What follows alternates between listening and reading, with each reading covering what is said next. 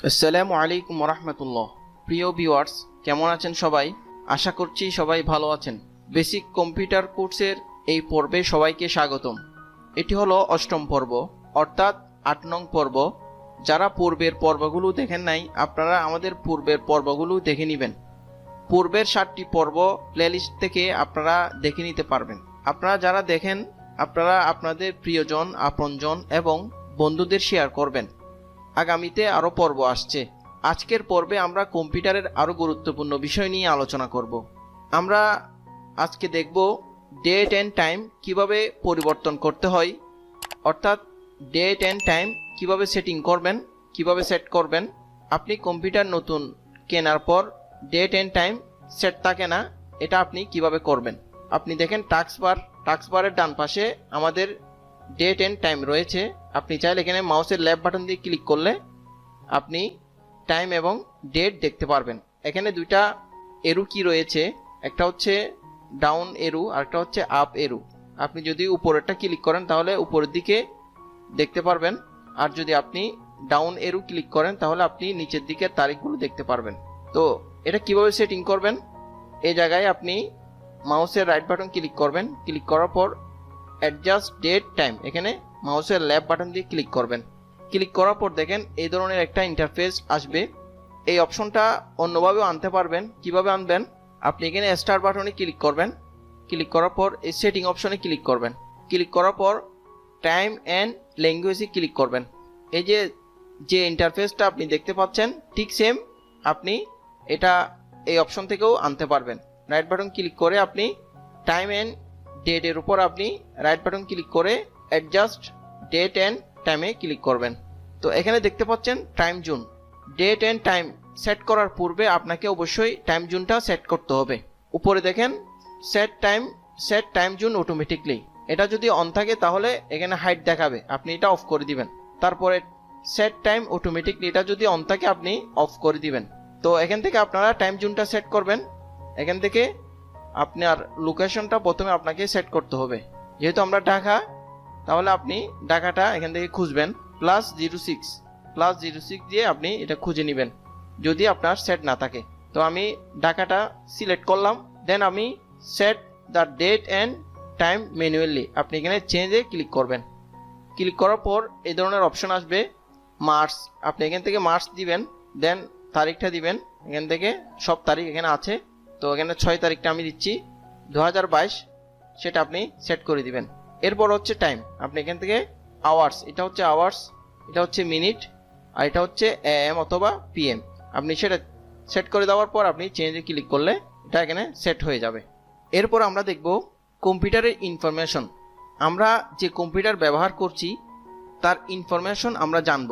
কম্পিউটারের র্যাম কত, প্রসেসর কি, উইন্ডোজ কি, সিস্টেম ইউনিট কোনটি, ইত্যাদি বিষয়গুলো আমরা জানব। তো কিভাবে জানব, দিস পিসিতে আমরা রাইট বাটন ক্লিক করব।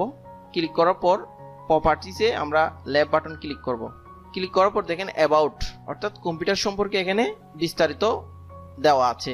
এখানে দেখেন প্রসেসর হচ্ছে ইন্টেল কোর i7, তারপর হচ্ছে 3.60 গিগাহার্টজ, র্যাম কত 8GB র্যাম, তারপর হচ্ছে সিস্টেম টাইপ 64 বিট। আমরা জানি দুই ধরনের সিস্টেম টাইপ থাকে, একটা হচ্ছে 32 আর একটা হচ্ছে 64, একটা হচ্ছে 32 আর একটা হচ্ছে 64। এরপর এখানে দেখেন উইন্ডোজ স্পেসিফিকেশন, এখানে রয়েছে এডিশন, অর্থাৎ কোন উইন্ডোজটা আপনি ইউজ করতেছেন। আমরা উইন্ডোজ 10 প্রো এখানে দেখা যাচ্ছে। তো আপনি এই ইনফরমেশনগুলো কাউকে পাঠাতে চাইলে কিভাবে পাঠাবেন, আপনি জাস্ট এখানে কপিতে ক্লিক করবেন, যাকে পাঠাবেন আপনি তাকে সেন্ড করে দেবেন। যেমন ধরেন আপনি নোটপ্যাডে পাঠাতে চাচ্ছেন, নোটপ্যাডে আপনি এটা পেস্ট করতে চাচ্ছেন। তো আপনি এখান থেকে চার্জ বক্স থেকে নোটপ্যাডটা নিয়ে আসবেন, ওপেন করবেন, দেন কন্ট্রোল ভি দিয়ে পেস্ট করলে এই তথ্যগুলো এখানে চলে আসবে। তো আমি এটা কেটে দিচ্ছি। এরপর আমরা দেখব একটা কম্পিউটারের হার্ড ডিস্ক কতটুকু আছে, অর্থাৎ মেমোরি কতটুকু আছে, আমরা সেটা দেখব। কিভাবে দেখব, আমরা দিস পিসিতে রাইট বাটন ক্লিক করছি, দেন আমরা ক্লিক করব ম্যানেজ অপশনে। ম্যানেজে ক্লিক করছি লেফট বাটন দিয়ে। ক্লিক করার পর এই ধরনের অপশন আসবে। আমরা একটু বড় করে নিব। বড় করে নেওয়ার পর এই পাশে দেখেন স্টোরেজ, আমরা এখানে স্টোরেজ থেকে ডিস্ক ম্যানেজারে ক্লিক করছি মাউসের লেফট বাটন দিয়ে। ক্লিক করার পর এই ধরনের অপশন আসছে। আমরা কম্পিউটার কেনার পর কম্পিউটার হার্ড ডিস্ক কতটুকু সেটা আমরা অবশ্যই জেনে নিব। এগুলোকে পার্টিশন করে দেওয়া হয়, ভাগ করে দেওয়া হয়। যেমন এখানে রয়েছে আপনার 1 টিবি, অর্থাৎ 1000 জিবি সমান 1 টিবি, 1 টেরাবাইট। 4টি ভাগে এখানে ভাগ করে দেওয়া হয়েছে। তো এর মাঝে রয়েছে আমার যেহেতু এসএসডি কার্ড রয়েছে, আমরা সেটাকে আলাদা পার্ট করেছি। এরপর এখানে 4টা পার্ট করেছি। আপনি উপরে একটু তাকান, এখানে 232 করে এখানে পার্টিশন করে দেওয়া হয়েছে। তো এভাবে করে আপনি যখন কম্পিউটার নেবেন তখন পার্ট করে নেবেন। এরপর আমরা দেখব একটা কম্পিউটারে কি কি সফটওয়্যার রয়েছে, এগুলো কোথায় আছে। তো আপনি এখানে দেখতে পাচ্ছেন এখানে সফটওয়্যারের অনেকগুলো আইকন রয়েছে, যেমন Zoom, VLC media player, Microsoft Edge, FastStone Capture, Adobe Reader, typing test. আপনি যদি এগুলো কেটে দিতে চান তাহলে পারবেন, কিন্তু কেটে দেওয়ার পরও এগুলো এখানে থাকবে, ঠিক আছে। যেমন আমি জুমটা যদি কেটে দিই, রাইট বাটন ক্লিক করি, ডিলিট দিলাম। ডিলিট দেওয়ার পর আমি যদি চার্জ বক্সে জুমটা খুঁজি অথবা স্টার্ট বাটনে ক্লিক করি, ক্লিক করার পর আমি যদি একদম নিচে চলে আসি, নিচে আসার পর এই যে জুমটা আমি এখানে দেখতে পাচ্ছি, এই যে এখানে ক্লিক করলে জুমটা আসছে। এই ফোল্ডারে ক্লিক করলে জুমটা এখানে আসছে। অথবা আমি যদি এখানে লিখি জুম, দেখেন জুমটা আমি পাচ্ছি। তো সফটওয়্যারগুলো আমরা কিভাবে দেখব, আমরা স্টার মেনুতে ক্লিক করছি। ক্লিক করার পর দেখেন এখানে একটা বাটন রয়েছে, স্কুল বাটন। আপনি যদি এটা নিচের দিকে টানেন, সব সফটওয়্যারগুলো এখানে ধারাবাহিকভাবে আপনি দেখতে পারবেন। প্রথমে রয়েছে এ দিয়ে, পরে বি সি ডি ই, এভাবে করে সাজানো আছে, এভাবে করে আপনি দেখতে পারবেন। অথবা আপনার কোন সফটওয়্যার ইনস্টল আছে আপনি যদি এটা চেক করতে চান, তাহলে আপনি চার্জ বক্সে লিখবেন কন্ট্রোল প্যানেল। কন্ট্রোল প্যানেল লিখলে আপনি এখানে ক্লিক করবেন। ক্লিক করার পর আপনি প্রোগ্রামে ক্লিক করবেন। আপনি এখানে দেখতে পারবেন আপনার যে সকল সফটওয়্যার ইনস্টল করা আছে সেগুলো আপনি এখানে দেখতে পারবেন। তো আমরা এটা নিয়ে আরো বিস্তারিত আলোচনা করব অন্য একটি পর্বে। এখান থেকে আপাতত এখন কেটে দিচ্ছি। এরপর আমরা দেখব একটা কম্পিউটারের হার্ড ডিস্ক আমরা কিভাবে ব্যবহার করব। আমরা দিস পিসিতে যাচ্ছি। আমরা এখানে দেখতে পাচ্ছি এখানে অনেকগুলো ড্রাইভ আছে, যেটাকে আমরা হার্ড ডিস্ক বলি। কিছুক্ষণ আগে আমরা হার্ড ডিস্ক কোথায় রয়েছে, কোথায় পার্টিশন করা রয়েছে সেটা আমরা দেখলাম। হার্ড ডিস্কগুলো বিভিন্ন নামে এখানে সেট করা রয়েছে। যেমন এটা হচ্ছে এটার মধ্যে কি রয়েছে, উইন্ডোজ এবং সফটওয়্যারগুলো এখানে রয়েছে। আপনি যখন কোনো সফটওয়্যার ইনস্টল করবেন সেটা এখানে চলে আসবে। এরপর এখানে রয়েছে সফটওয়্যার, অর্থাৎ আমরা যে সফটওয়্যারগুলো রেখে দিই আমাদের ড্রাইভে সেগুলো এখানে আছে। এটা হচ্ছে আমার ব্যক্তিগত, আমি যেভাবে চাই। এরপর এখানে আমি নিউ ভলিউম ই দিয়ে সেভ করলাম। এরপর হচ্ছে মাই ক্লাস, তারপর হচ্ছে নিউ ভলিউম জি। আপনি চাইলে এগুলোকে চেঞ্জ করতে পারেন। যেমন আমি এটাকে মাই ক্লাস দিয়ে আমি নামটা চেঞ্জ করছি, আমি চাইলে আবার নিউ ভলিউম দিয়ে সেভ করতে পারবো। কিভাবে করব, রাইট বাটন ক্লিক করব, রিনেমে যাব। রিনেমে যাওয়ার পর আপনি এখানে নিউ ভলিউম লিখে দেবেন। নিউ ভলিউম দেওয়ার পর আপনি বাইরে ক্লিক করবেন, দেন কন্টিনিউতে ক্লিক করবেন। দেখেন এখানে নিউ ভলিউম চলে আসছে। এভাবে চাইলে আপনারা ই ড্রাইভ, এফ ড্রাইভ, জি ড্রাইভের নাম চেঞ্জ করতে পারবেন। প্রত্যেকটা ড্রাইভে আপনি আলাদা আলাদা করে ফোল্ডার তৈরি করতে পারবেন, ফোল্ডারের ভিতর ফোল্ডার তৈরি করতে পারবেন। এই বিষয়ে অলরেডি একটি ভিডিও দেওয়া আছে, আপনারা সেটা দেখে নেবেন। এরপর আমরা দেখব একটি কম্পিউটারে পেন ড্রাইভ কিভাবে কানেক্ট করতে হয় বা পেন ড্রাইভ কিভাবে ইউজ করতে হয়। তো আমি দিস পিসিতে যাচ্ছি, এখানে দেখেন সবগুলো ড্রাইভ। তো আমি যদি পেন ড্রাইভটা কানেক্ট করি, আমার এই জায়গার মধ্যে কি চলে আসবে, পেন ড্রাইভটা শো করবে। যেমন আমি কানেক্ট করতেছি, যে একটা আওয়াজ হয়েছে, দেখেন আমার এই পাশে চলে আসছে টেক পয়েন্ট।